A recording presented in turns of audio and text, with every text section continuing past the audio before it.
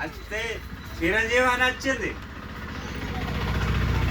ఇప్పుడు మన దగ్గర డబ్బులు లేవు నాన్న. శేఖర్ చెప్పు.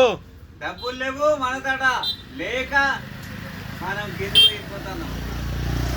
అది పవన్ కళ్యాణ్ గెలిచిండు. గెలిస్తే చిరంజీవి పార్టీ లెక్క అయిపోయింది. చిరంజీవి పార్టీ లెక్క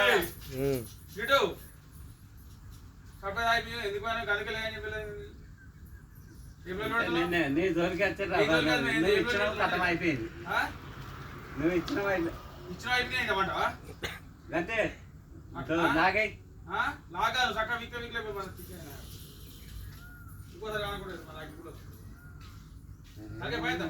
ఉన్నావు సిపాయి.